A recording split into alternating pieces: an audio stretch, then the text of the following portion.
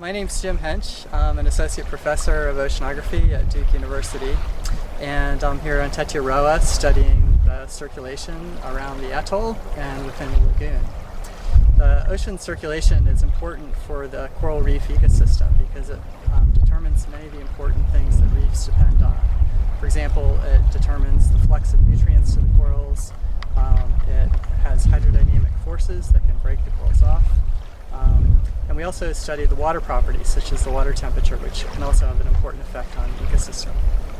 So we've been down to Tetiaroa a couple times to do research, and on this trip we've been deploying an array of oceanographic sensors in the lagoon to look at how the lagoon circulation responds to the wind forcing and to the wave forcing.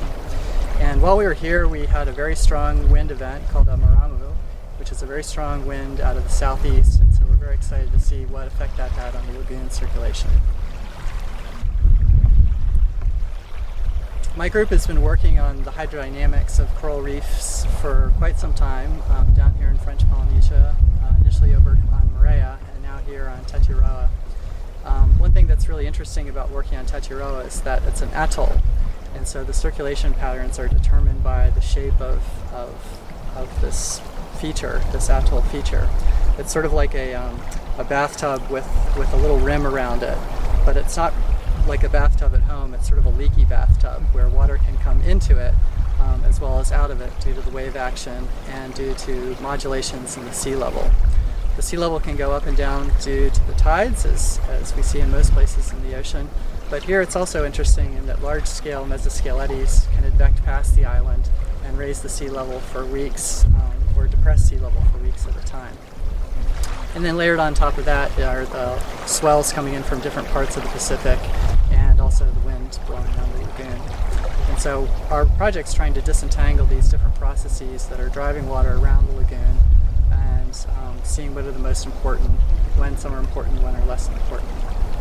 And through our observations, we're going to be using that to build a computer model where we can integrate all this information into a simulation where we can look at what the circulation in the lagoon looks like now, and then we can play scenarios with the computer, looking at what the circulation will look like on Tetiaroa, say 10 years from now or 100 years from now when sea level might be different.